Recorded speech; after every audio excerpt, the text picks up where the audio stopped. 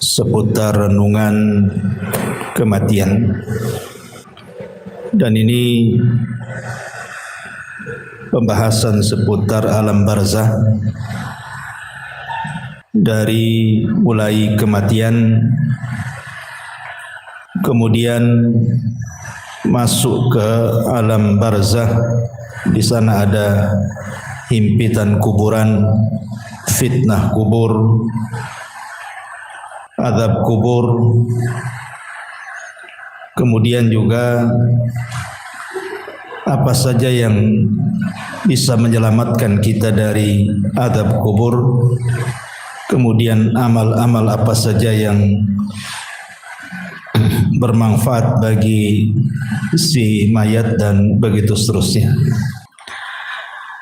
Ma'asyiral muslimat yang dimuliakan Allah Subhanahu wa taala. Allah Subhanahu wa taala berfirman, kullu nafsin dha'iqatul maut. Setiap jiwa itu pasti mengalami kematian. Siapapun manusianya, bahkan para nabi sekalipun disentuh dengan kematian. Walaupun ada diperselisihkan seperti Nabi Ilyas, apakah dia masih hidup, kemudian Nabi Khidir, apakah dia masih hidup, tapi pendapat yang kuat wallahu a'lam bahwa mereka juga sudah meninggal, kecuali yang dikecualikan Allah, Isa ibnu Maryam. Karena memang Allah Subhanahu wa taala yang berfirman bahwa Isa itu belum meninggal.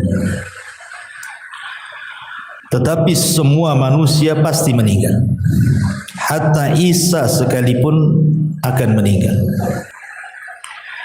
Makanya ketika para ulama membahas kenapa Nabi Adam alaihi salatu wassalam diturunkan dari sorga ke bumi, supaya mengalami kematian. Sebab kalau Adam tetap di sorga, Adam tidak akan mengalami kematian. Karena sorga itu darul khulud, tempat memang dikekalkan di situ. Makanya Adam supaya disentuh dari kematian, hikmahnya adalah diturunkan dia dari sorga ke bumi. Makanya Adam pun disentuh dengan kematian, dan seluruh anak turunannya juga disentuh dengan kematian. Apalagi kematian itu kan sesuatu yang sudah ditakdirkan. Setiap manusia itu sudah ada takdirnya. Dan semakin jauh periode Adam sampai ke umat Rasul kita Muhammad sallallahu alaihi wasallam, maka usia manusia juga semakin pendek. Terlebih Nabi sallallahu alaihi wasallam membatasi dengan kalimat a'maru ummati bainas sittina wasab'in. Bahwa usia umatku itu berkisar antara 60 sampai 70 tahun saja. Artinya sedikit sekali yang melewati 70 tahun. Rata-rata manusia itu 70 tahun ke bawah pasti sudah meninggal. Makanya hati-hati nih kalau sudah 50, 60 ya siap-siap aja ya. Karena Rasul membatasi masalahnya. Kalaupun lewat maka patut disyukuri. Karena Nabi SAW mengatakan sebaik-baik manusia itu yang panjang umurnya dan baik amalannya.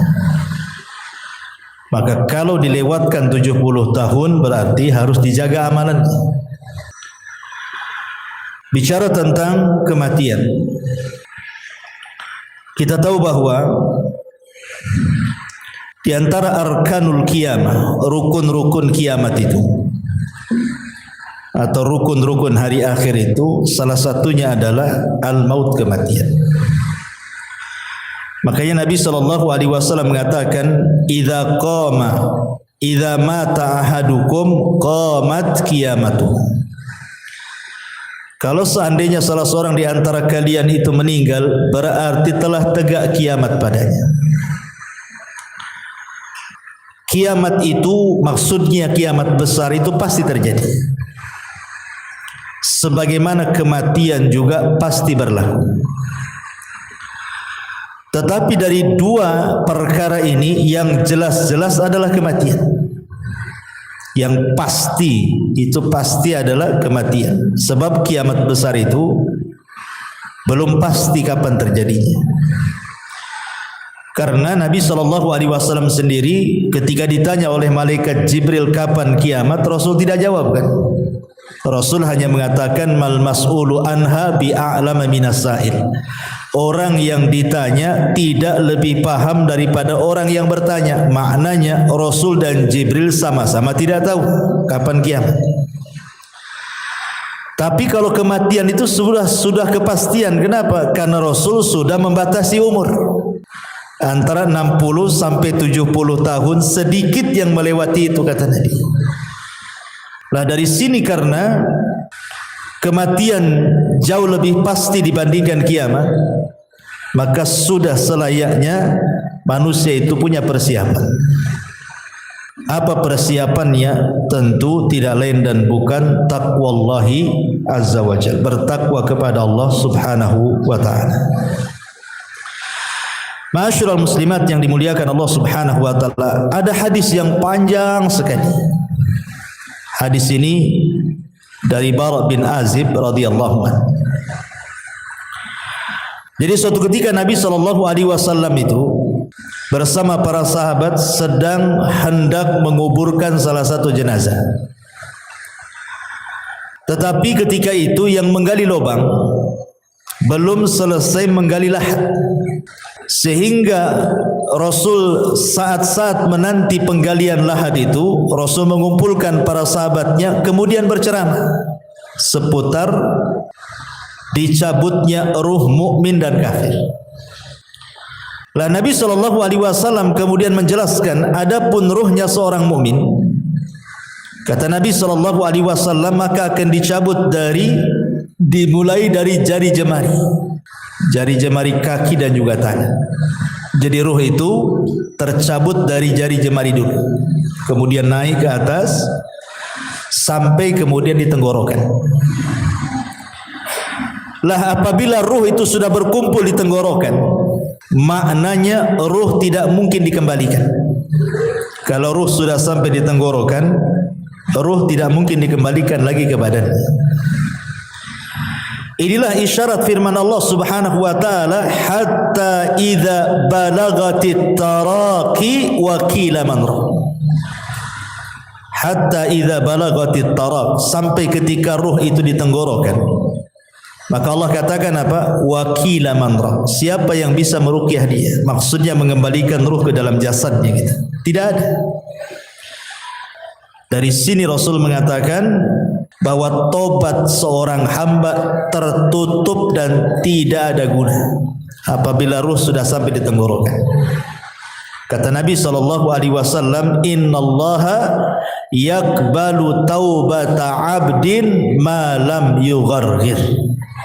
Allah itu masih menerima tobatnya seorang hamba sebelum ruh berada di tenggorokan.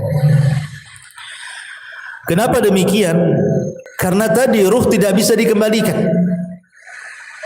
Makanya ada dua waktu tobat itu diterima. Pertama, ruh belum mengumpul di tenggorokan. Yang kedua, matahari belum terbit dari arah barat. Kalau dua perkara belum terjadi, maka ada kesempatan tobat. Tapi kalau dua waktu sudah terjadi, maka tobat tertutup. Kemudian Nabi SAW mengatakan, apabila ruh dicabut itu tabi'ahul basar. Jadi pandangan kita mengikuti. Ruh itu kan keluar dari mulut kita. Kemudian keluar, nanti mata ini mengikuti ruh tercabut. Makanya setiap orang yang meninggal pasti melotot matanya. Karena mengikuti pandangannya. Maka disunahkan ditutup supaya tidak menakuti orang.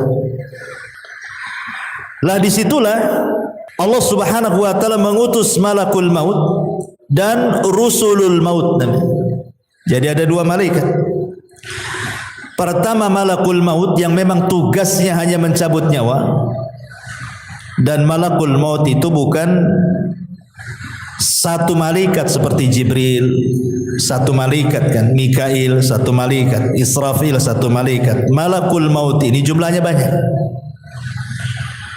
Karena setiap hari yang mati itu kan bukan satu orang, satu dunia ini bisa ratusan bahkan ribuan. Kalau terjadi bencana seperti kemarin di Turki kan, itu bisa ribuan tuh dalam satu hari itu.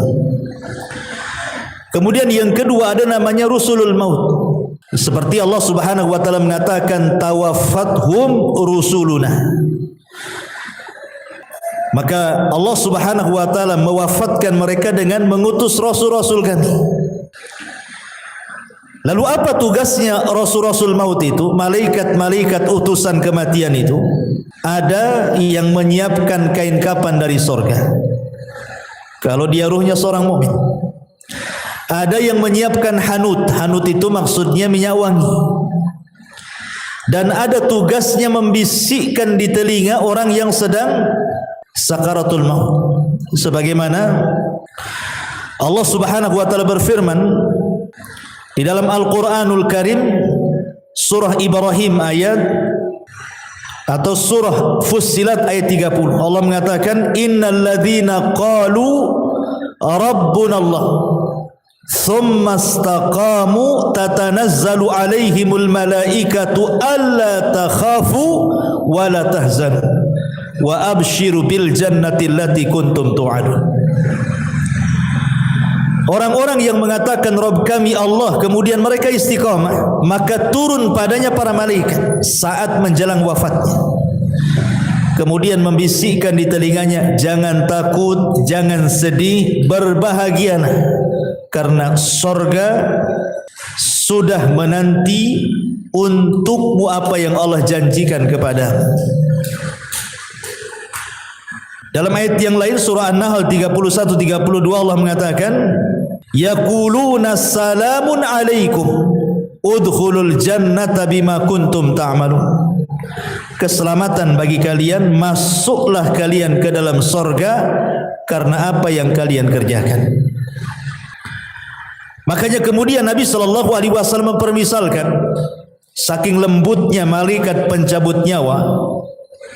Ketika mencabut nyawa ruhnya orang yang beriman itu dipermisalkan seperti tetesan air yang terakhir keluar dari mulut teko. Makanya sering saya istilahkan kan Bu, kalau ada ibu punya teko diisi air yang banyak, kemudian kita tuang, otomatis deras sekali karena masih banyak airnya. Tapi kalau isi teko itu tinggal satu tetes, kemudian kita tuangkan seperti ini, tentu yang satu tetes itu akan mengalir dengan pelan karena tinggal satu tetes masalahnya. Pelan sampai masuk di moncong teko, kemudian netes di ujung teko kan itu. Lah Rasul sallallahu alaihi wasallam mempermisalkan seperti itulah lembutnya ruh seorang mukmin ketika dicabut. Seperti tetesan yang terakhir. Saking lembutnya dari jemari naik terus ke badan sampai ke tenggorokan sampai kemudian keluar dari mulut seorang mukmin. Tetapi walaupun demikian yang namanya kematian itu pasti ada sakaratnya. Setiap kematian itu pasti ada keperitannya, ada rasa sakit. Dan itu dialami Nabi SAW. Kalau Nabi saja mengalami apalagi kita. Nabi yang mengatakan wa inna lil mauti la sakarat. Rupanya dalam kematian itu ada sakaratnya, ada rasa sakitnya. Yang terkadang tidak ada yang tahu rasa sakit itu kecuali Allah Subhanahu wa taala. Tetapi tentu rasa sakit yang diterima oleh seorang mukmin saat detik akhir wafat dia boleh jadi itu adalah penggugur dosa yang terakhir. Boleh jadi rasa sakit yang dialami di dia itu adalah penggugur dosa terakhir dia. Artinya sebuah kebaikan bukan sebuah keburukan. Tapi rasa sakit yang dialami orang kafir, munafik, fasik boleh jadi awal azab bagi dia. Terkadang kita bisa melihat ada orang koma itu berbulan-bulan disiksa oleh Allah Azza wa Jalla karena dosanya kan itu. Tapi ada orang mati itu rasanya enak nengoknya gitu. senyum, bisa mengucapkan kalimat la ilaha illallah, tahu-tahu sedang sujud meninggal, tahu-tahu sedang ibadah meninggal, tahu-tahu baca Quran pula dia meninggal kan. Macam-macam orang meninggal. Tapi yang jelas bahwa ketika tugas malaikat maut hanya mencabut ruh itu saja selesai, maka yang bertugas selanjutnya adalah siapa? Rusulul maut. Diletakkan ruhnya di kain kafan dari sorga, kemudian dibaluri minyak wangi dari sorga, kemudian dibalut, yang subhanallah dijelaskan dalam hadis itu bau minyak wangi dari sorga itu membumbung sampai ke langit, sehingga semua para malaikat di langit itu bertanya, itu ruhnya siapa itu? Maka malaikat yang bertugas membawa ruh ini naik ke langit akan menyebutkan nama terbaik yang disukai dia ketika di dunia. Ruhnya fulan ibnu fulan. Makanya penting orang punya nama baik itu. Maka ketika ruh itu naik ke langit, disinilah Allah Subhanahu wa taala memberikan kemuliaan kepada ruhnya seorang mukmin dengan menyuruh para malaikat penjaga langit itu untuk membuka pintunya, karena langit itu kan punya pintu. Jadi naik ke langit pertama dibuka pintunya, naik ke langit kedua dibuka pintunya, ketiga, keempat sampai ketujuh, sampai melewati langit ketujuh. Entah sampai mana wallahu alam, tidak dijelaskan, tapi yang jelas kemudian Allah Subhanahu wa taala berfirman kepada ruhnya seorang mukmin ini, letakkan kembali ruh kepada jasadnya, kemudian naikkan catatannya fil illiyin. Artinya ruhnya seorang mukmin itu akan berjumpa dengan Allah. Dan perjumpaan kita dengan Allah itu di 4 tempat kan sudah saya jelaskan.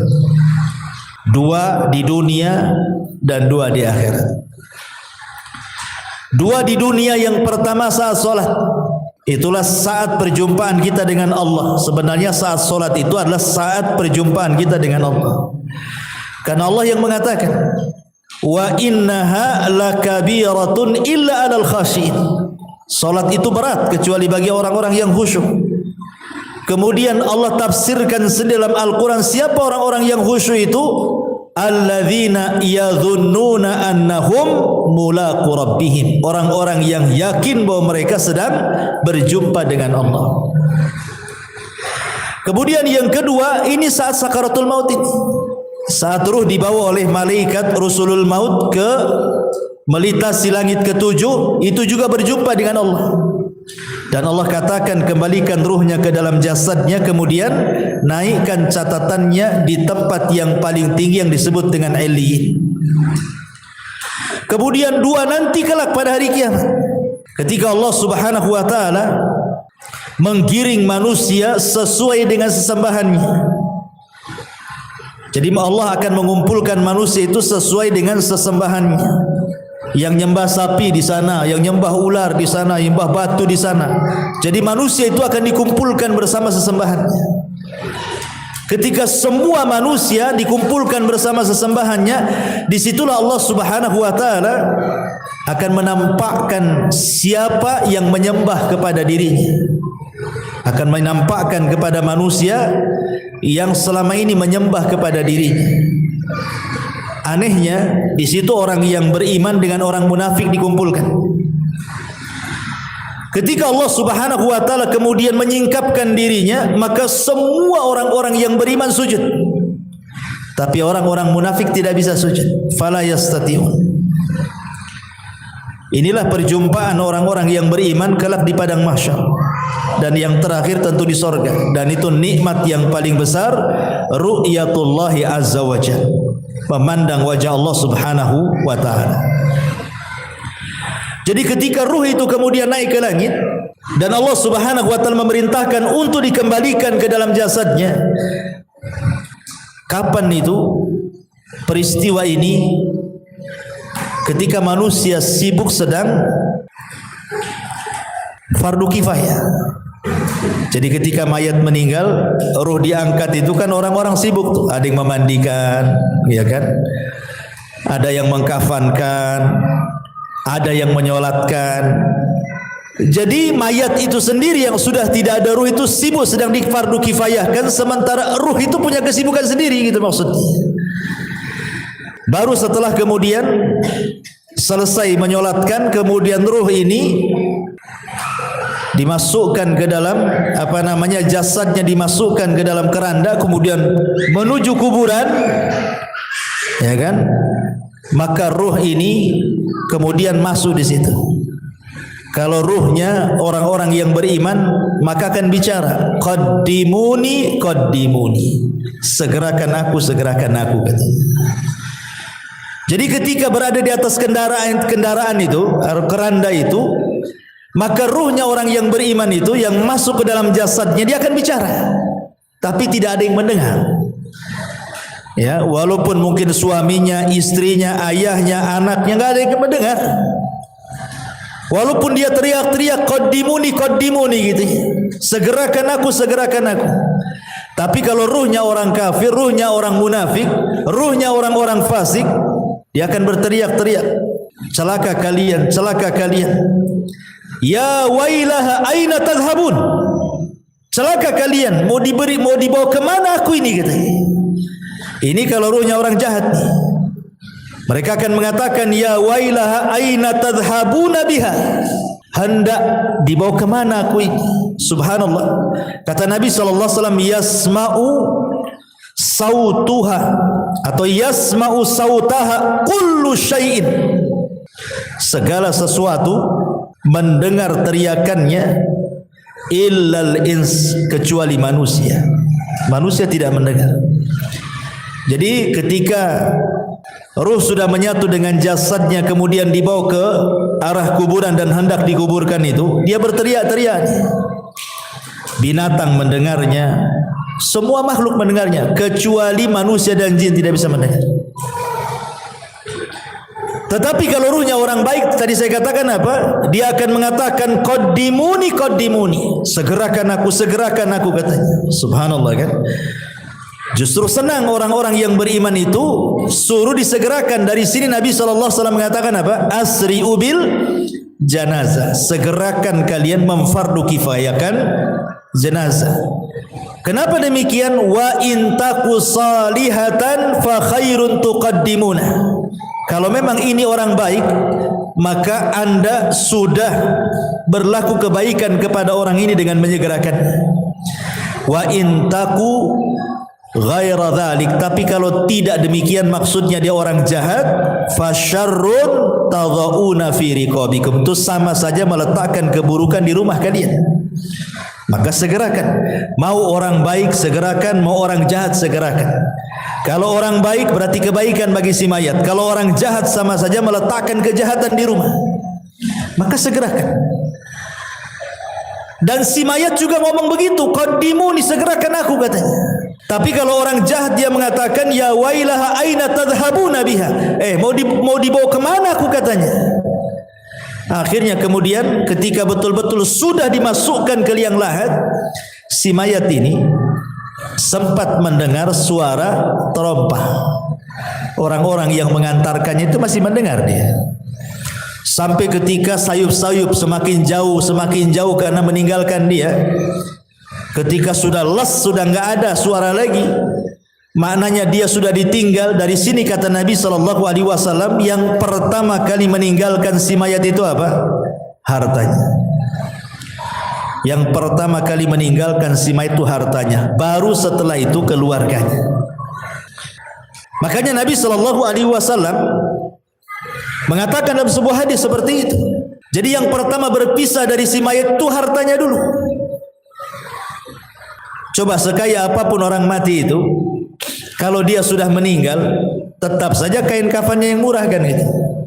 Walaupun dia miliarder sekalipun, tetap saja kain kafannya yang murah, yang putih. Tidak ada juga orang kaya dikafani dengan kain kafan yang mahal kan. Dari sini hartanya terputus. Percuma punya uang tapi juga tidak bisa digunakan. Kemudian yang kedua, keluarganya. Setelah mengantarkan ke kuburan, baru keluarganya pulang. Disitulah terpisah dengan keluarganya. Baru dia hidup sendiri. Makanya Nabi SAW ketika menjelaskan tentang seputar kuburan itu. Nabi SAW mengatakan dalam hadis Abi Hurairah radhiyallahu anhu, kata Nabi SAW, anna imra'ata sauda kana taqumul masjidah. Ada wanita berkulit hitam itu biasa menyapu di masjid Nabi SAW.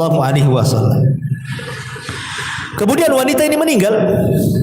Nabi SAW tidak diberitahu, kata Rasul, afala kuntum adzantumuni, kenapa kalian tidak menghabarkan kematian wanita itu, katanya. Maka Rasul mengatakan, dulluni ala qabriha, kalau begitu tunjukkan di mana kuburan. Kemudian Nabi SAW setelah ditunjukkan kuburannya, apa kata Rasul? Inna hadhil kubur mamlu'atun zulmatun ala ahliha wa inna Allah azza wa jal yunawwiruha lahum bis salati alaihim. Kata Nabi SAW, sesungguhnya kuburan-kuburan ini dipenuhi dengan kegelapan-kegelapan bagi para penghuninya, dan sesungguhnya Allah Subhanahu wa taala menyinarinya bagi mereka dengan salatku terhadap mereka. Dari sini kita tahu bahwa orang masuk kuburan itu gelap, sangat gelap gitu ya, karena Rasul yang mengatakan bahwa kuburan-kuburan ini penuh dengan kegelapan. Bukan hanya penuh dengan kegelapan, Bu ya, tapi penuh dengan ketakutan. Dan itu disebutkan dari Hani radhiyallahu an, budaknya Utsman ibn Affan radhiyallahu an. Dia berkata, kana Utsman idza waqafa ala qabrin baka hatta yablu lihiyatahu. Kebiasaan Utsman, kata Hani ini, jika berhenti di sebuah kuburan, beliau menangis sampai tangisannya membasahi janggutnya. Faqila lahu, maka dikatakan kepadanya, tudzakkirul jannata wan nar fala tabki wa tabki min hada. Wahai Utsman, kau diingatkan dengan surga dan neraka tak menangis, tetapi diingatkan dengan kuburan menangis pula. Apa jawaban Utsman? Kata Utsman ibn Affan radhiyallahu anhu mengatakan, inna nabiyya sallallahu alaihi wasallam qala, karena Nabi SAW bersabda, innal qabra awwalu manzilin min manazilil akhir, fa in naja minhu fama ba'dahu aisar minhu wa illam yanju minhu fama ba'dahu ashaddu minhu. Qala wa qala an-nabiy sallallahu alaihi wasallam ma ra'aitu mandaran qad illa al-qabru afda'u minhu, kata Rasul. Kata Utsman ibn Affan radhiyallahu anhu, aku pernah mendengar Nabi sallallahu alaihi wasallam bersabda, kubur ini adalah persinggahan pertama dari persinggahan-persinggahan akhirat. Bila seseorang selamat dari keburukan kubur, maka setelahnya lebih mudah baginya. Tapi bila dia tidak selamat dari keburukan kubur, maka setelahnya lebih berat. Kemudian Utsman mengatakan, sungguh aku pernah mendengar Rasul mengatakan, aku tidak melihat satu pemandangan pun yang lebih menakutkan dibandingkan kuburan, kata Rasul. Jadi kuburan ini menakutkan dan juga menggelapkan. Lah ketika kemudian si mayat ini sedikit demi sedikit kan sudah hilang suara terompah yang didengar yang mengantarkannya itu, disitulah datang dua malaikat yang disebut dalam hadis itu namanya Munkar dan juga Nakir. Apa yang dilakukan Munkar dan Nakir? Kata Nabi dalam hadis Bara bin Azib ini, fayatihi malakani. Kemudian dua malaikat datang kepadanya, fayajlisanihi, maka mendudukkan si mayat itu yang sudah ditiupkan ruh itu tadi. Fayaqulani lahu, maka keduanya akan membentak dan mengatakan, man rabbuk, siapa Rabbmu?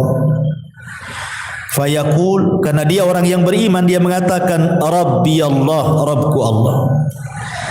Fayaqulani lahu, maka keduanya akan mengatakan kembali, ma dinuk, apa agamamu? Fayaqul, maka dia akan mengatakan diniyal Islam, agamaku Islam. Fayaqulani lahu, maka dua malaikat akan berkata lagi, ma hadzal rajul alladhi buitsa fikum, tahukah kalian siapa orang yang diutus kepada kalian ini? Fayaqul, karena dia orang yang beriman, dia mengatakan huwa Rasulullah sallallahu alaihi wasallam, dia adalah Rasul sallallahu alaihi wasallam, Muhammad ibn Abdullah alaihi salatu wassalam. Kemudian malaikat tadi berkata lagi, wa ma yudrik, bagaimana kau tahu dia Rasulullah? Kok bisa kamu tahu dia Rasulullah? Fayaqul, maka dia mengatakan qara'tu kitab Allah fa amantu bihi wa saddaqtu, aku membaca Al-Quran, ku beriman dengan Quran, ku benarkan Quran. Fayunadi munadin fis sama, ketika dia bicara seperti itu, maka tiba-tiba ada penyeru dari langit, ang sadaqa abdi, hambaku telah benar, hambaku telah benar dengan jawabannya. Apa yang terjadi? Karena hambaku telah benar, maka fafrishuhu minal jannah wa albisuhu minal jannah waftahu lahu baban minal jannah, lapangkan kuburannya, hantarkan pakaian dari sorga, buka pintu-pintu sorga kepadanya. Kemudian dikatakan fayatihi min rauhiha wa tibiha, maka tiba-tiba ketika pintu sorga itu dibuka, semerbak harum dari sorga itu kemudian masuk ke dalam kuburannya. Kuburannya menjadi harum. Ya. Kemudian ketika itu wa yufsahu lahu fi qabrihi madda basarihi, tiba-tiba kuburannya diluaskan sejauh mata memandang. Jadi kalau ibu naik di atas ketinggian kemudian melihat gitu ya, sampai di mana, itulah maksudnya sejauh mata memandang itu. Tapi dalam riwayat yang lain diluaskan itu 70 hasta kali 70 hasta. Luasnya kuburan itu diluaskan. Tentu ini alam gaib ya bukan Bu, karena sehebat apapun alat dunia, anggaplah dipasang CCTV sekalipun, ya tetap saja segitu. Coba saja taruh CCTV, pantaulah itu di CCTV itu. Apakah dia menyempit ataukah melebar, ya tetap saja segitu kan. Artinya bahwa alam kubur ini bagian daripada alam gaib. Kenapa kita tidak tahu dan kita tidak bisa memprediksi kan bahwa kuburan ini meluas atau menyempit? Karena antara alam dunia dan alam kubur itu ada namanya barzah. Maka disebut alam barzah. Barzah itu tembok penghalang antara alam dunia dan alam kubur itu. Makanya Allah mengatakan dalam Al-Quran itu bahwa di situ terdapat barzakhun ila yaumil yub'atsun. Ada barzah pemisah antara dunia dan alam kubur sampai hari dibangkitkan. Ma'asyiral muslimat yang dimuliakan Allah Subhanahu wa taala, apa yang terjadi setelahnya? Setelah kuburannya diluaskan sejauh mata memandang, subhanallah, wa ya'tihi rajulun hasanul wajhi. Tiba-tiba datang seseorang indah pakaiannya. Hasanul thiyab, indah wajahnya. Hasanul wajhi, indah wajahnya. Hasanul thiyab, indah pakaiannya. Tayyibur rihi, sangat harum baunya. Fayaqul, dan dia mengatakan, abshir billadhi yasurruka hadha yaumuka alladhi kunta tu'ad. Kemudian orang ini mengatakan, berbahagialah, berbahagialah katanya, dengan apa yang menyenangkan dirimu, inilah hari yang engkau tunggu selama ini katanya. Kemudian dia mengatakan, si mayat ini, man anta, siapa kamu? Fawajhukal wajhu yaji'u bil khairi, aku lihat wajahmu mendatangkan kebaikan. Siapa kamu ini, sudah berbuat baik menemani aku di kuburan ini gitu ya. Fayaqul, maka dia mengatakan, ana amalukas saleh, sayalah amal saleh, sayalah amal salehmu. Dalam riwayat, ketika dia mendapatkan kebaikan itu, maka orang ini mengatakan di hadapan si mayat yang beriman itu, nim naumatal arush, kalau begitu tidurlah engkau layaknya pengantin baru. Jadi disuruh tidur. Sehingga ketika dia tidur dia mimpi dengan mimpi yang indah. Itulah disebut nikmat kubur. Ya. Mimpi sangat indah sekali. Sehingga tanpa kemudian disadar, tahu-tahu kiamat pula dibangkitkan. Ketika kiamat dibangkitkan itulah, maka orang yang baik ini kemudian memberitahu bahwa Israfil akan meniupkan sangkakalanya. Kemudian orang ini mengatakan, siapa kamu ini sebenarnya? Maka orang baik ini mengatakan, ana amalukas saleh, sayalah amal solehmu. Maksudnya sayalah solatmu, sayalah puasamu, sayalah zakatmu, sayalah silaturahimmu, sayalah ibadahmu. Jadi ibadah itu akan menemui kita di kuburan. Sebagaimana kita akan menjumpai Allah Subhanahu wa ta'ala di 4 tempat yang saya jelaskan, kita juga akan menjumpai amal soleh kita di 4 tempat juga sama. 2 di dunia, 2 di akhirat kan itu ya. Adapun di dunia kita bisa rasakan amal soleh kita kan. Ibu kalau hari-hari ngaji seperti ini kan tambah itu kan iman kita itu rasanya. Rasanya itu mau ibadah itu semangat. Itu artinya kita mendapatkan amal soleh kita di dunia itu ada pengaruhnya. Sebagaimana orang maksiat kan ada pengaruhnya bukan? Futur, malas gitu ya kan. Maka amal soleh juga kita bisa dapati gitu ya dengan semangatnya kita beribadah.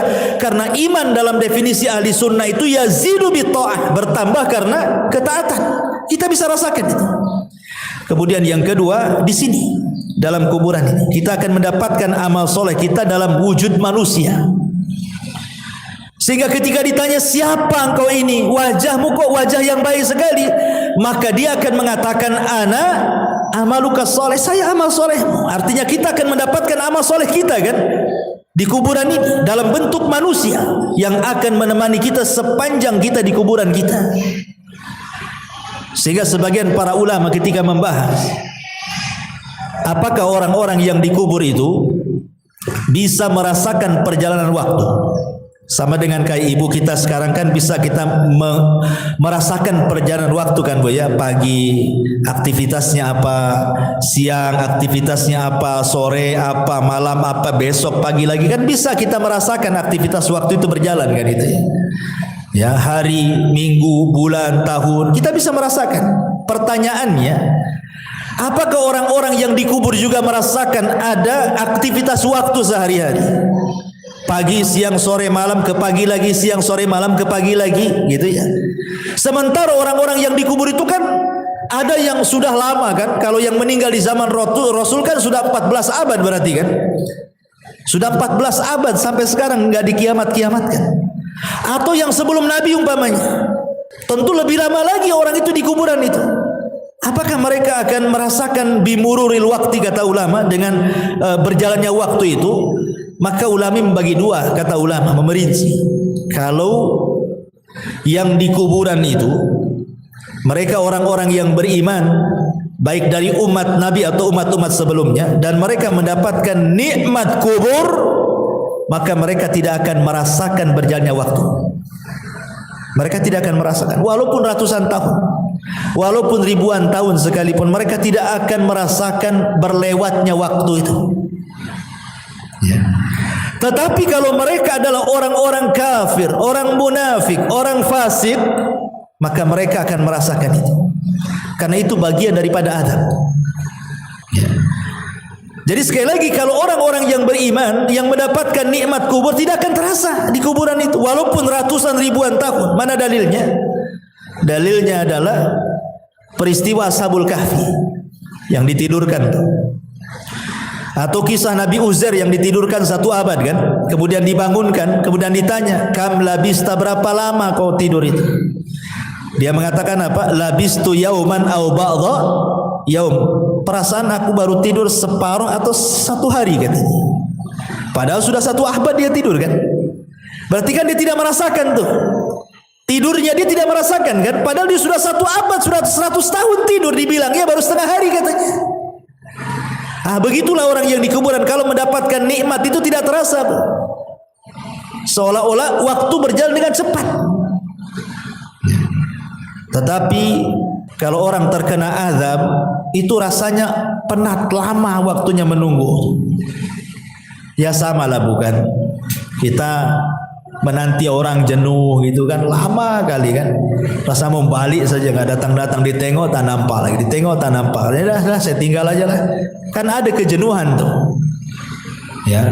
Tapi kalau asik bu ya, ibu pengantin baru dengan suami kan nongkrong tuh di taman, tahu-tahu maghrib ya kan, namanya orang nikmat nggak pandang, kok tahu-tahu maghrib katanya gitu. Jadi dari sini di dunia ini kita bisa rasakan dalam kondisi nikmat dengan dalam kondisi tidak nikmat kan itu. Lah dikubur kurang lebih seperti itu. Ya. Tetapi apakah kemudian orang-orang yang dikubur juga akan merasakan layaknya kita juga perasa gitu kalau ibu lagi sedih, kan ada perasaan tersiksa jiwa ini kan. Atau ada masalah rasanya rungsep kehidupan ini kan. Apakah juga orang-orang di kuburan akan merasakan seperti itu? Ya, mereka juga akan merasakan. Kapan itu? Apabila ditangisi orang yang ada di atas. Kalau orang yang di atas itu melakukan niyaha. Niyaha itu meratap kepada orang yang ada di kuburan itu. Maka orang yang ada di kuburan itu merasa diazab. Maksud diazab itu bukan azab fisik, bukan, tapi azab jiwa. Jiwanya itu sedih, tersiksa ya. Makanya kenapa Nabi SAW melarang, tidak boleh seseorang itu melakukan niyaha kan, karena mayat itu yu'adzab, akan diazab kata Nabi SAW biniyahatil hayy, karena niyahahnya meratapnya orang yang hidup kepada orang si mayat akan diazab. Maksudnya bukan azab fisik, tetapi dia tersiksa, hatinya tersiksa gitu ya, karena sebab tangisan orang-orang yang di atas. Makanya dilarang. Niyah itu termasuk dosa besar. Nabi SAW sampai mengatakan kalau orang yang meratap itu tidak bertobat kata Rasul, maka dia akan dibangkitkan kelak pada hari kiamat dengan dipakaikan pakaian dari ya, dari besi panas dulu yang timah panas, kemudian dari baju yang gatal, yang nggak bisa dicopot, gatal saja. Ya naudzubillah. Jadi mereka pun akan merasakan apa namanya ya, bahasa kitanya rungsep tuh ya, hatinya itu nggak tenang disebabkan tangisan orang-orang yang di atas kuburan. Makanya tidak boleh. Kalau ada orang yang meninggal, ikhlaskan saja. Kalau menangis, menangislah sebagai tangisan rahmat karena kesedihan, bukan karena menolak takdir. Kan karena ada orang yang menangis itu karena menolak takdir kan bu ya, meraung-raung nanti kalau anak-anak besar jadi apa, kamu sudah nggak ada, macam-macam kan itu. Ya nanti Allah yang tentukan takdirnya, bukan si bapak yang sudah meninggal kan itu ya. Jadi itu yang tidak boleh, karena niyah itu seolah-olah tidak terima dengan takdir. Guling-guling, nangis-nangis, robek-robek, pukul-pukul, pangkas-pangkas rambut dan begitu seterusnya. Baik. Intinya bahwa ketika kemudian si mayat itu diberikan nikmat oleh Allah Subhanahu wa taala, nikmat kubur, maka dia tidak akan merasakan dengan berjalannya waktu. Waktu itu akan panjang, tahu-tahu sudah dikiamatkan. Tapi yang perlu ibu pahami bahwa di dalam peristiwa-peristiwa kubur itu, sebelum dua pertanyaan malaikat mungkar dan nakir yang disebut dengan fitnah kubur itu, ada peristiwa yang sebelumnya dilalui manusia yang disebut dengan dhaqtatul qabrin, himpitan kuburan. Jadi himpit dulu, baru setelah itu fitnah kubur, itu maksudnya ya. Dan ini disebutkan oleh para ulama tentang masalah himpitan kubur ini. Di antaranya adalah yang disebutkan oleh pendapat Abu Hanifah. Wa dhaqtatul qabri wa adzabuhu haqqun. Himpitan kuburan, kemudian siksa kubur itu adalah perkara yang benar-benar akan terjadi. Jadi perkara himpitan kuburan dan azab kubur kata Abu Hanifah adalah sesuatu yang benar-benar akan terjadi. Bahkan Al-Imam Al-Muzani rahimahullahu taala mengatakan, beliau mengatakan, summa hum ba'da dhabtati fil quburi musa'alun. Kemudian mereka setelah dihimpit dalam kuburan, baru kemudian mereka akan ditanya. Dari sini kita tahu bahwa sebelum proses pertanyaan dua malaikat Munkar dan Nakir, ada peristiwa namanya dhabtatul qabri, himpitan kuburan. Himpitan kuburan ini, Bu, itu sangat menyakitkan bagi si mayat, karena ketika ruh itu sudah menyatu dengan jasadnya, kemudian tanah itu menyempit sampai meretakkan semua tulang dan persendian. Itu kalau orang kafir. Dan dia akan menjerit di mana jeritannya tidak ada yang mendengar, manusia dan jin, kecuali binatang-binatang mereka bisa mendengar. Jadi binatang-binatang itu diberikan kepekaan, mampu mendengar jeritan-jeritan orang-orang yang dihimpit kubur itu. Masalahnya, lalu bagaimana dengan orang-orang yang beriman? Maka ulama menjelaskan bahwa himpitan kuburan bagi orang-orang yang beriman itu tidak sebagaimana himpitan kubur bagi orang-orang kafir, munafik ataupun orang-orang fasik. Maksudnya apa? Maksudnya himpitan orang yang beriman itu layaknya seorang ibu sedang memeluk anaknya.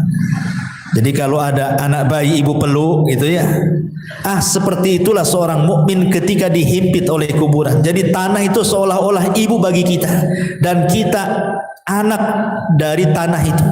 Jadi tanah itu menghimpit kita itu seperti seolah-olah ibu memeluk seorang bayi. Kenapa demikian? Sebab kalau seandainya himpitan itu meretakkan gitu ya, menyakitkan persendian, meretakkan tulang-tulang, tentu akan bercanggah dengan hadis-hadis. Seperti umpamanya Nabi SAW ketika didatangkan seorang bayi kemudian dikubur. Kata Nabi SAW, kalau ada orang yang selamat dari himpitan kubur, tentu bayi ini kan selamat. Bayi ini salahnya apa? Kok dihimpit? Kan belum berbuat dosa kan? Berarti himpitan bayi ini tidak akan mempengaruhi kepada bayi.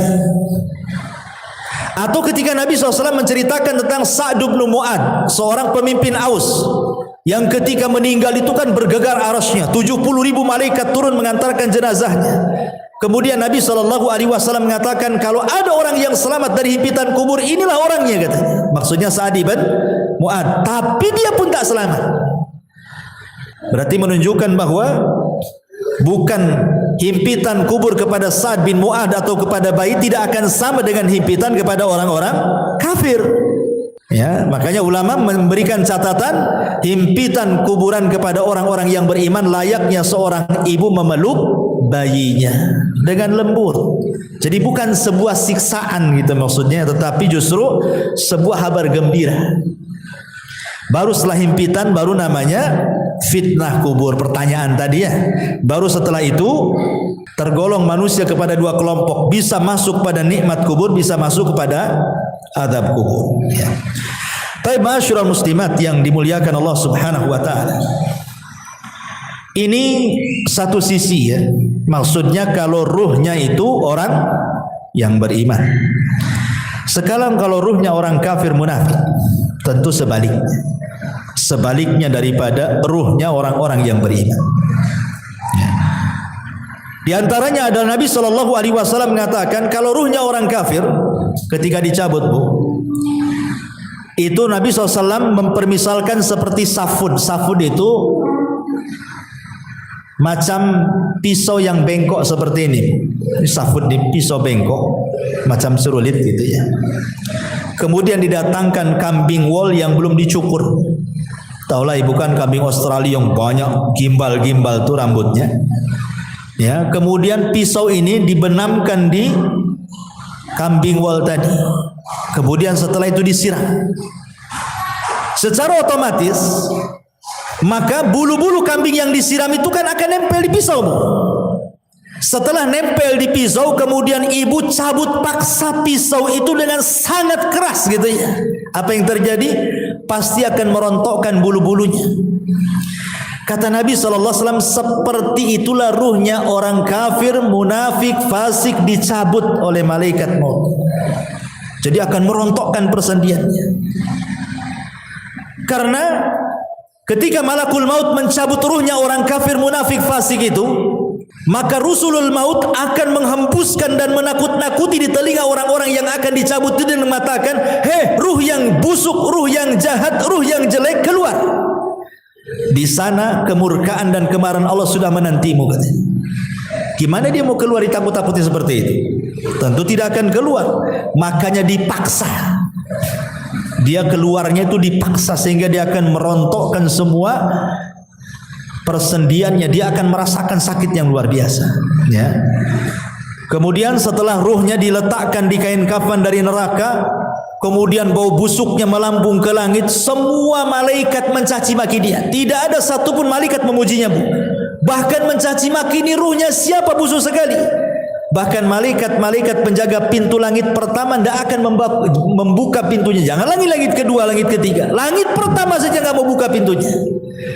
Dan Allah hanya mengatakan dari atas sana dan mengatakan, jatuhkan ruhnya ke dalam jasadnya, letakkan catatannya di bumi yang paling dasar yang disebut dengan sijil. Coba bayangkan, ruh itu dilempar, Bu, sama malaikat, tidak dihantar. Sehingga ketika ruh itu menyatu dengan jasadnya itu, ibarat ibu jatuh dari ketinggian tuh, gebuk gitu ya. Gimana rasanya? Seperti itulah rasanya. Sehingga rasanya tulang ini patah semua. Karena yang merasakan sakit itu bukan jasad, Bu, ruh. Kalau ruh dicabut, Bu, walaupun ibu dicabik-cabik jasadnya, dipotong-potong, dimutilasi, dicongkel matanya, dipotong telinganya, dicabut jarinya, enggak akan merasakan sakit kalau ruhnya dicabut. Tapi kalau ruhnya dikembalikan, itulah sakit yang dialami itu, bagaikan dia jatuh dari ketinggian, itu yang dia rasakan, ya.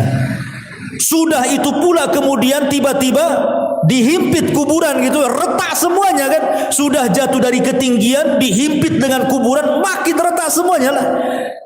Sedang dia merasakan sakit, tiba-tiba dibentak pula malaikat Munkar dan Nakir.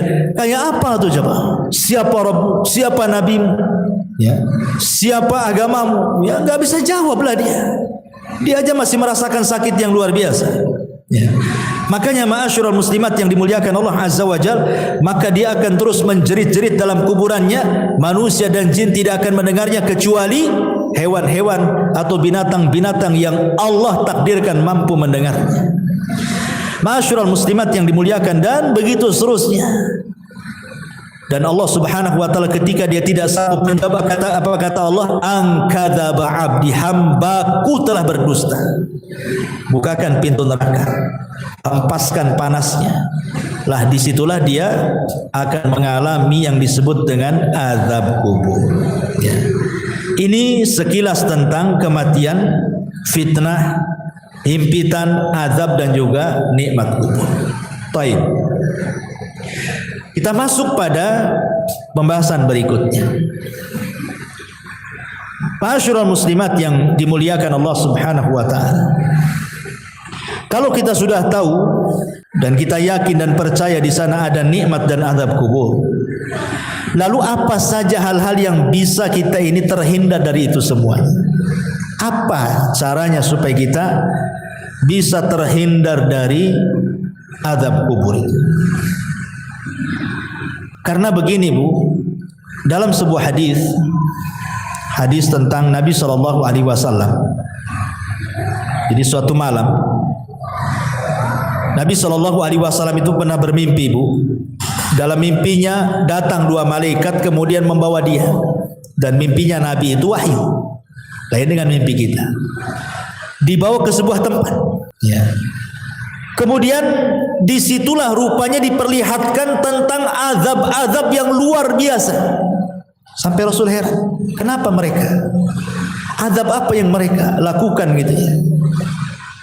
Apa di antara yang Rasul lihat? Dan ulama sepakat bahwa hadis ini bicara tentang azab kubur, bukan azab neraka. Di antaranya Nabi SAW melihat ada orang yang dipecahkan kepalanya dengan batu, kan? Dipecahkan kepalanya dengan batu.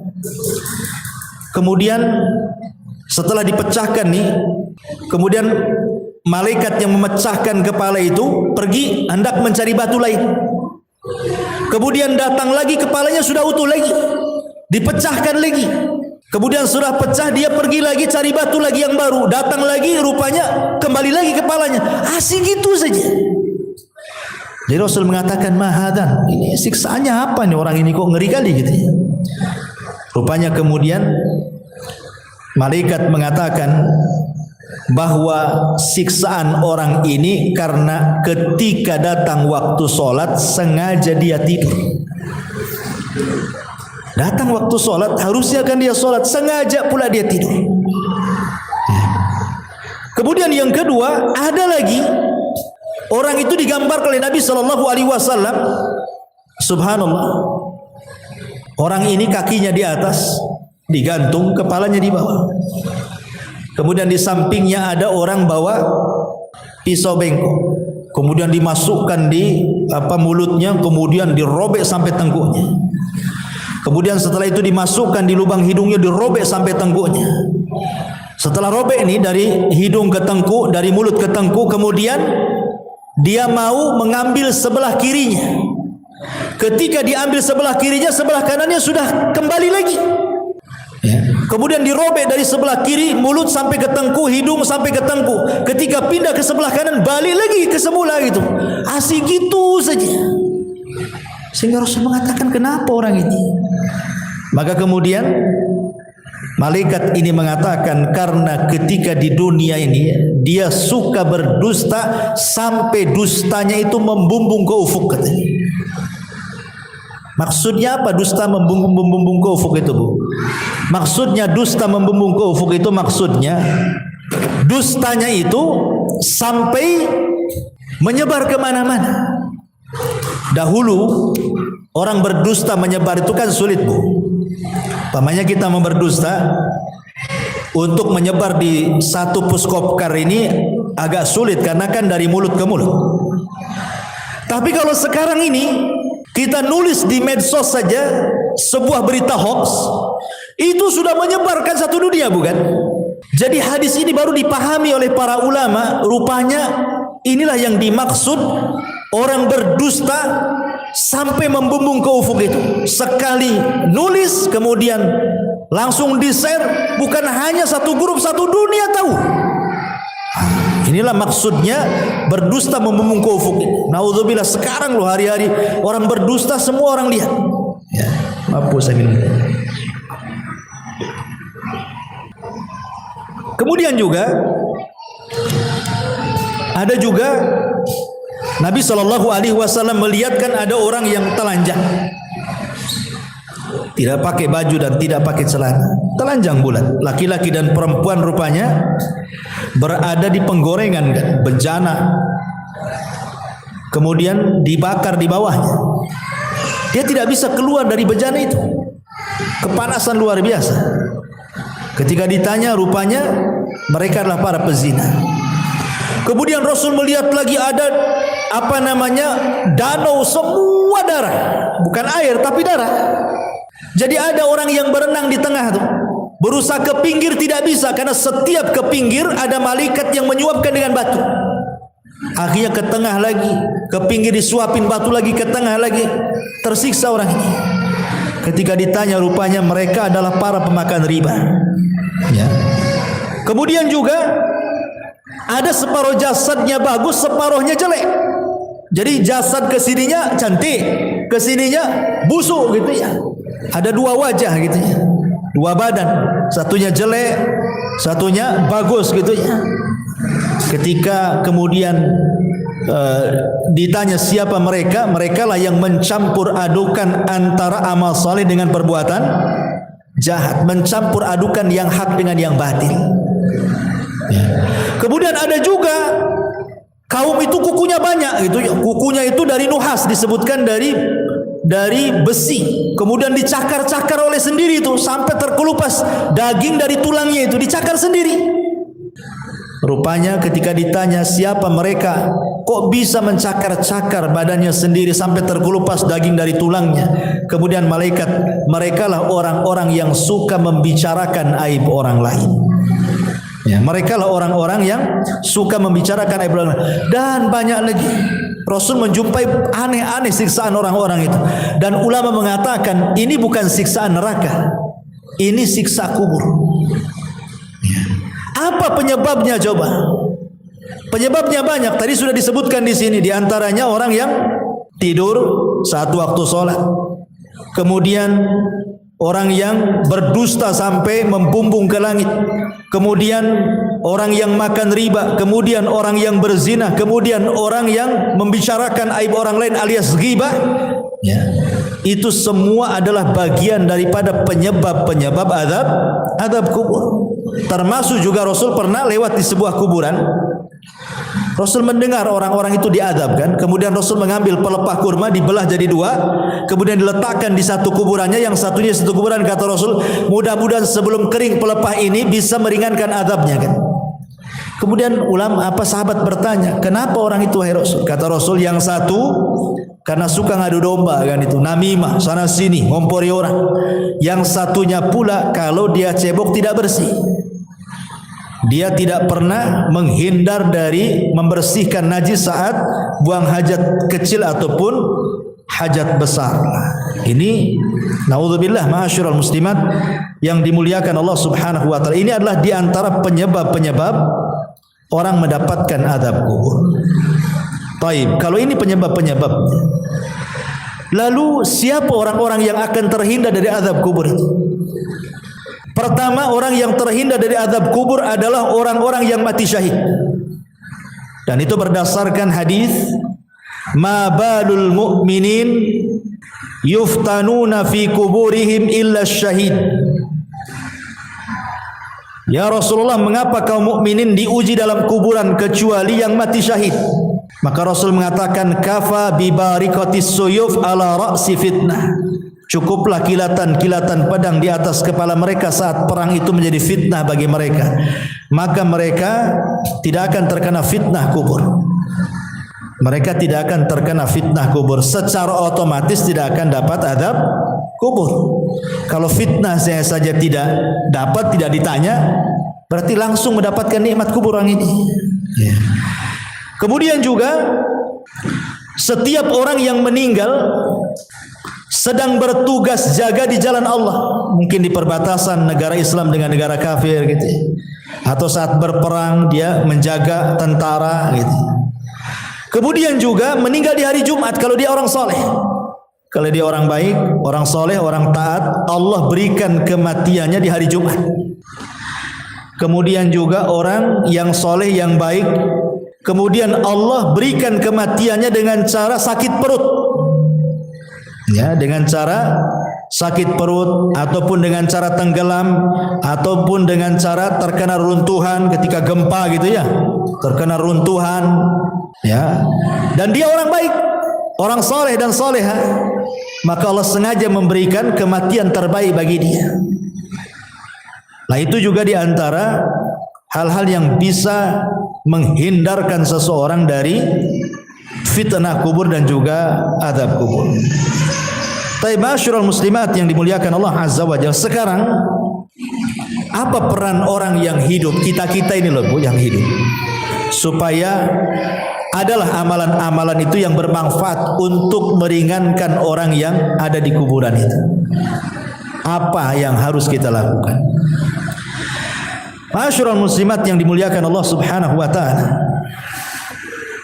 sebelum saya menjelaskan hal ini, saya akan jelaskan amalan-amalan yang bermanfaat dulu bagi si mayat itu.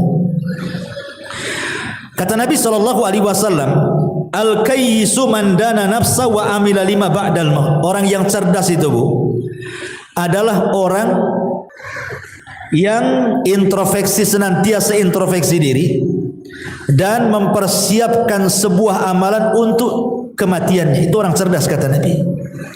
Amalan ini kan banyak Bu ya kan, macam-macam amalan di dunia ini. Tetapi orang yang cerdas itu pasti dia akan memilih mana-mana amalan yang bermanfaat untuk kematiannya, mana-mana amalan yang sedikit manfaat untuk setelah kematiannya. Lah di antara amalan-amalan yang sangat bermanfaat untuk setelah kematiannya disebutkan dalam beberapa riwayat. Pertama, ketika Nabi sallallahu alaihi wasallam bersabda dari hadis Muslim, "Idza mata ibnu Adam inqata amaluhu illa min thalathin. Shadaqatin jariyah aw ilmin yuntafa'u bihi aw waladin salihin yad'u lahu." Apabila anak Adam meninggal dunia, terputus amalnya kecuali 3 perkara: sedekah yang mengalir, ilmu yang bermanfaat, atau anak saleh yang mendoakan orang tuanya. Hadis yang kedua, hadis dari Abu Hurairah radhiyallahu anhu yang dikeluarkan Imam Ibnu Majah. Rasul mengatakan, "Inna mimma yalhaqul mu'min min amalihi wa hasanatihi ba'da mautihi." Sesungguhnya yang sangat bermanfaat bagi seorang mukmin dari amalannya setelah kematiannya dan dari kebaikannya setelah kematiannya, pertama, ilman 'allamahu wa nasyarahu. Ilmu yang ibu pelajari, kemudian ilmu itu didakwahkan ibu dan ibu sebarkan.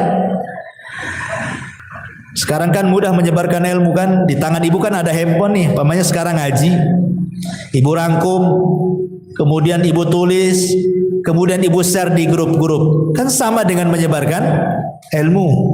Daripada ilmu selfie nggak jelas kan, bagus kita nyebarkan ilmu gitu ya, jelas manfaatnya setelah kematian.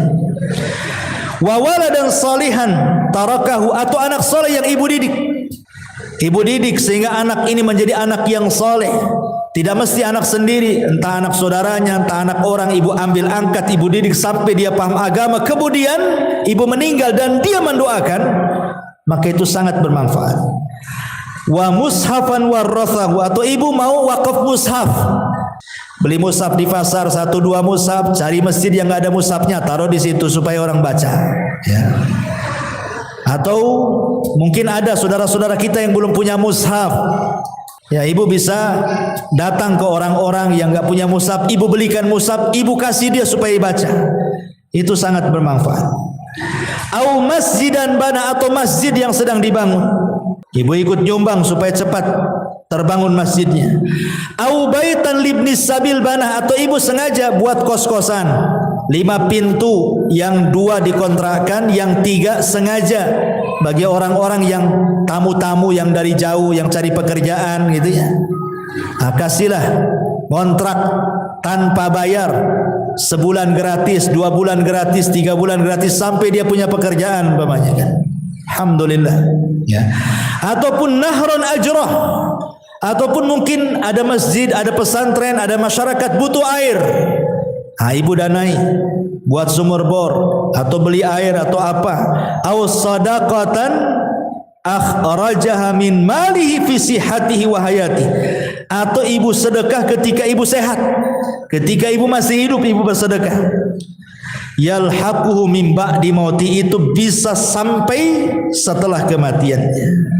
Ini amalan yang bermanfaat bagi si mayat. Kemudian juga hadis yang ketiga, hadis Jarir ibn Abdillah al-Bajali. Rasul mengatakan, "Man sanna sunnatan hasanatan." Barang siapa yang berikan contoh terbaik, kemudian diikuti orang, kemudian diikuti lagi orang lain, akhirnya banyak mengikuti, maka dia akan mendapatkan pahala, dan pahala orang mengikutinya sampai pun dia sudah meninggal akan mengalir terus gitu. Ini juga memberikan contoh yang terbaik kepada orang lain. Termasuk juga adalah hadis juga, amalan yang paling baik selain daripada itu adalah doa, haji, umroh, dan begitu seterusnya, ya. Ini diantara amalan-amalan, ya. Lalu kita yang hidup, umpamanya ayah kita meninggal, ibu kita meninggal, suami atau istri atau siapalah dari orang yang kita cintai meninggal, bagaimana cara membahagiakan mereka?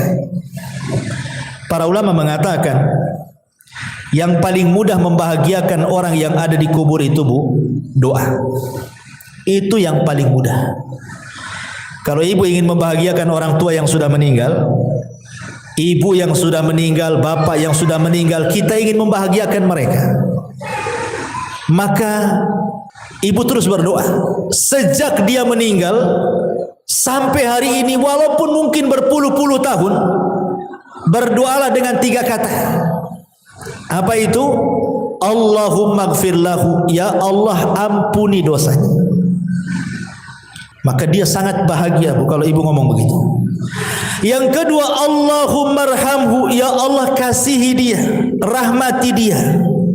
Itu sangat bahagia kalau dia mendengarnya. Yang ketiga, Allahumma tsabithu, ya Allah tetapkan dia.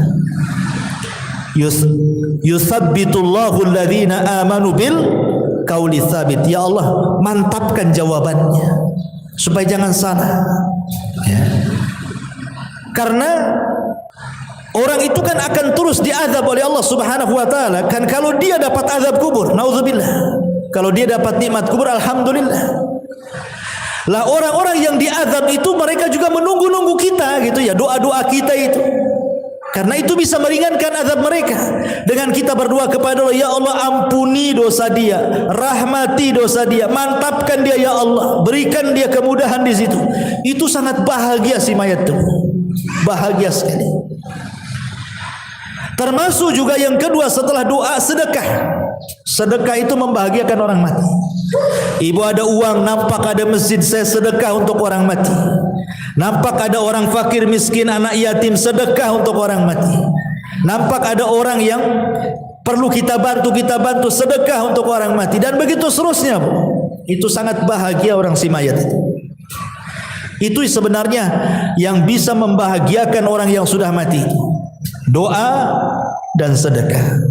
Itu yang sudah jelas-jelas. Ya, adapun yang lain kan jadi perselisihan para ulama, seperti baca Quran itu jadi khilaf ulama. Nah, kita kan cari yang jelas-jelas saja, yang tidak ada khilaf ulamanya di situ. Ya. Jadi itu diantara hal-hal yang bermanfaat bagi si mayat. Yang paling penting adalah doa dan juga sedekah. Dan ingat, jangan sampai niyah. Itu akan menyakiti hati dia. Jangan sampai niyah, merata. Makanya kenapa dalam Islam itu wanita dilarang sering-sering datang kuburan kan? Bahkan Rasul mengatakan la'anallah zawarat, dalam riwayat zuwarat al-kubur. Allah melaknat wanita-wanita yang suka ziarah kubur. Maksudnya suka ziarah kubur ini karena bahasanya pakai siagul mubalaghah. Zuwarat atau zawarat itu menggunakan siag al-mubalaghah, artinya yang sering-sering. Boleh sekali-kali tapi jangan sering-sering. Karena sering-sering ziarah kubur itu akan menggugah sehingga orang itu takut meratap. Ya, meratap itulah yang tidak boleh. Makanya cukuplah para wanita ini berdoalah dalam solat-solat, dalam sujud, terutama dalam sujud ya. Itu yang paling efektif dalam sujud, karena kedekatan kita dengan Allah itu saat sujud. Minta saat sujud, minta saat sepertiga malam. Itu sangat bahagia orang-orang yang ada di kuburan dengan doa-doa kita kepada mereka, dan itu yang dinanti-nanti.